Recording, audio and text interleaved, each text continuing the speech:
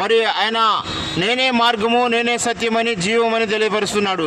ఈ లోకములో ప్రతి మానవుడికి కూడా మరి రక్షణ కావాలా.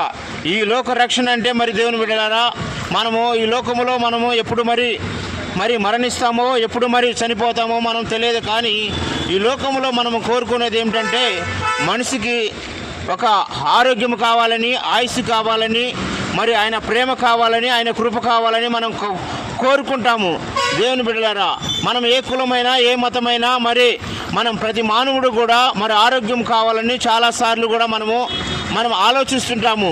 కానీ నీ కోసం నా కోసం కూడా ఆయన కల్వరి శిలువలో రక్తం కార్చి మరి ప్రాణత్యాగం చేసి మన అందరి కోసం కూడా ఆయన ఉచితమైన ప్రేమ మన అందరి కోసం కూడా మరి మనందరి కోసం కూడా ఆయన ఉచితమైన ప్రేమను మనకి మరి ఇచ్చి ఉన్నాడు. అది ఎలా దొరికిందంటే దేవుని బిడ్డలారా, మరి ప్రభువునందు తెలుసుకొని ఆయనని కనుక నువ్వు విశ్వసిస్తే ఆయన పట్ల నీ గొప్ప కార్యములు చేస్తాడు. ఎందుకంటే ఏ మానవుడు నశించిపోవటము దేవునికి ఇష్టం లేదు. ఎందుకంటే ఆయన భూమి ఆకాశములు సృజించిన వాడే.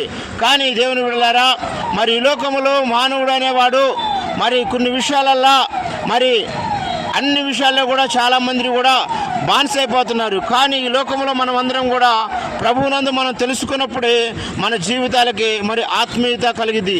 ఏ ఆత్మీయత అంటే మరి శారీరకంగా కాదండి. మరి శారీరకంగా ఈ లోకంలో మరి మానవుడు అనేవాడు మరి కొన్ని విషయాల్లో మరి అన్నిటికీ బానిసత్వం అయిపోతుండే కనుక మరి ఈరోజు ఆయన ప్రేమ మనందరికీ కూడా ఈరోజు చాలా విలువైనది. క్రీస్తు రక్తంలో మనందరికీ కూడా చాలా విలువైన ప్రేమ అండి. ఈరోజు ఆ ప్రేమ తెలియక ఎంతోమంది కూడా మరి ఈరోజు మరి చాలామంది చనిపోతున్నారు. కానీ నీ కోసం నా కోసం కూడా ఆయన ఉచితమైన ప్రేమ, ఆయన ఉచితమైన కృప మనందరి కోసం కూడా మరి కార్చి ఉన్నాడు కనుక మనందరం కూడా ఆయనలో మనం